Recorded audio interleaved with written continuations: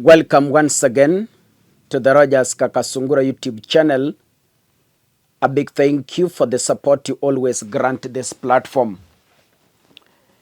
Kenya is in trouble. Kenyans, we are in trouble. You might not be aware of this, but let me thank God because it is coming from the people who know what is happening and they have proper intelligence. Information that is coming from Gachagua's team, I have trained myself that I treat with it of about 90% truth in it. I rarely take for granted information that comes from Gachagua's side, because this is a man who has been in the government. They say if an alligator comes out of the water and tells you that the crocodile is sick, you have no reason to doubt it, because it has been there, it knows the environment, it understands the crocodile very well.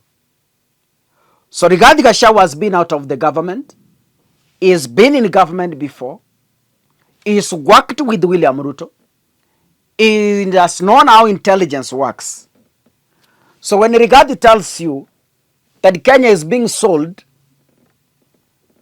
I don't have every reason to doubt him.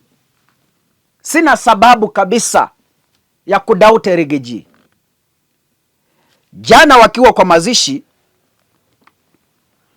they have told us how Githinji is now auctioning ID cards to foreigners ahead of the 2027 general election. They don't understand how dangerous this is. They do not understand how grave this is.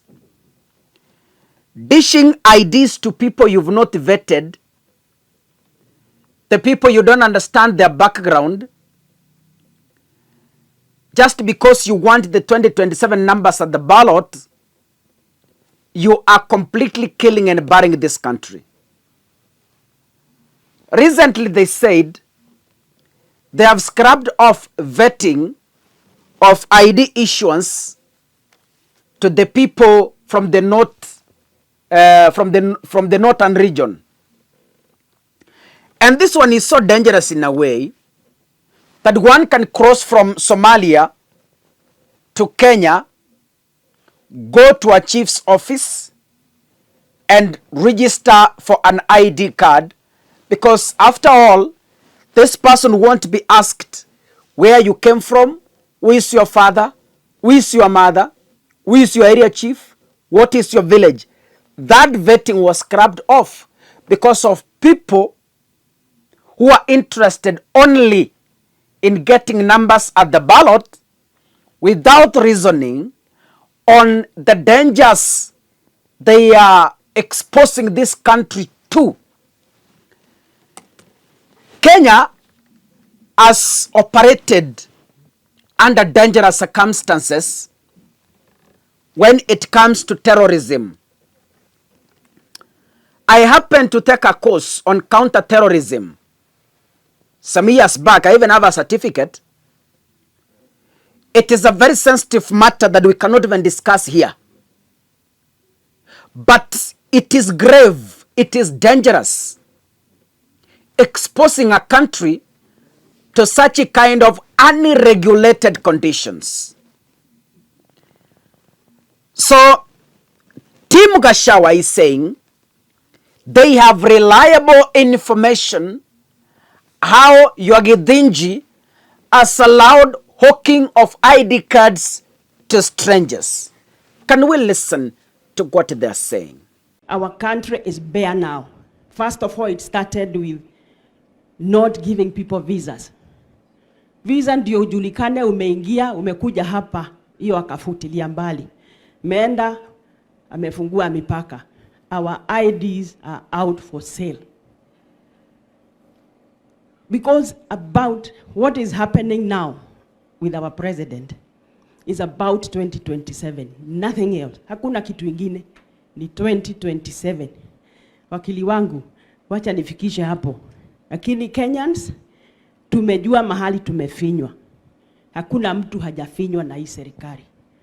So it is for us to do the right thing.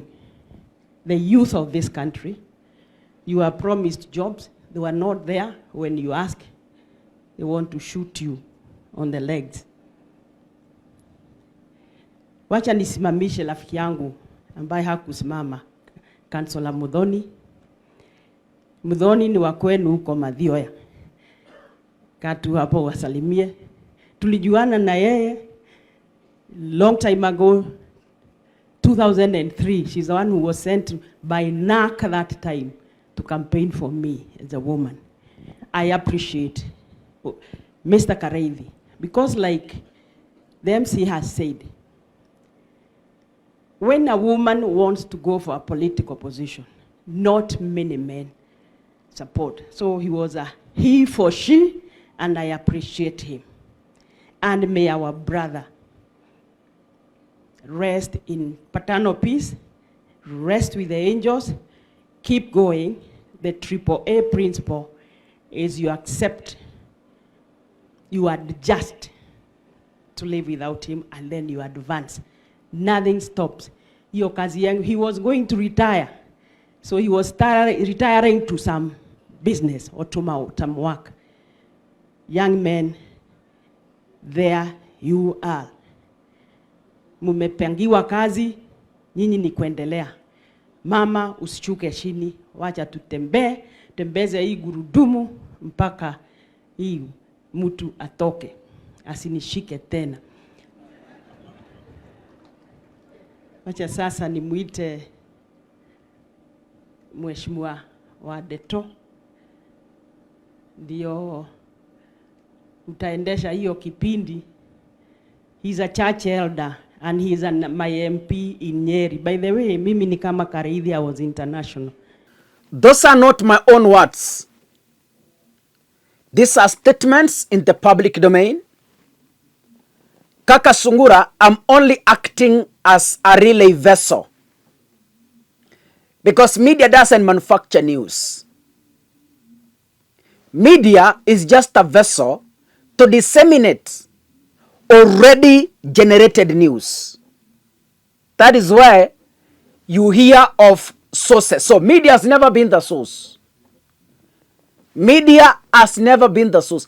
When you go to the river with a jerrycan, you carry water back home to your parents.